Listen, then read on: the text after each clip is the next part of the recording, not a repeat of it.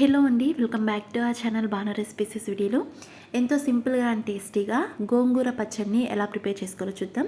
దీనికోసం ఒక కడాయిలో పావు కప్పు వరకు పల్లీలను వేసుకుని కేవలం మీడియం ఫ్లేమ్లో మాత్రమే ఈ పల్లీలను బాగా ఫ్రై చేసుకోండి.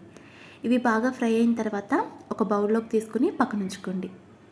తర్వాత అదే కడాయిలో ఒక టేబుల్ స్పూన్ వరకు ఆయిల్ వేసుకుని ఆయిల్ కాస్త హీట్ అయిన తర్వాత ఇందులోకి 15 నుంచి 20 వరకు పచ్చిమిర్చిని వేసుకుని పచ్చిమిర్చిని మీడియం ఫ్లేమ్లో మాత్రమే ఫ్రై చేసుకోండి. మీరు తినే కారం బట్టి ఇక్కడ పచ్చిమిర్చిని యాడ్ చేసుకోండి. ఇక్కడైతే నేను 15 వరకు వేస్తున్నా. ఇవి బాగా వేగిన తర్వాత వీటిని కూడా ఒక బౌల్లోకి తీసుకుని పక్కనుంచుకోండి.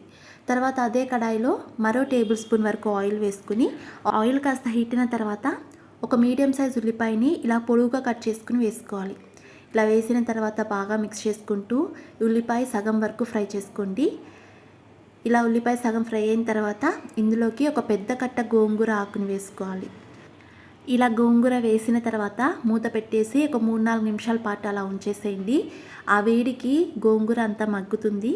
ఇలా మగ్గిన తర్వాత మూత తెరిచి బాగా మిక్స్ చేసుకుంటూ ఈ గోంగూరని పూర్తిగా మగ్గించుకోండి. ఇలా ఇందులో ఉంచి వచ్చిన వాటర్ అంతా ఇంకిపోయి ఇలా కాస్త చిక్కపడే వరకు కుక్ చేసుకోండి. పచ్చితనం అంతా పూర్తిగా పోవాలి.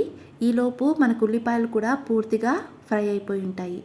ఇప్పుడు స్టవ్ ఆఫ్ చేసి దీన్ని పూర్తిగా చల్లారనివ్వండి.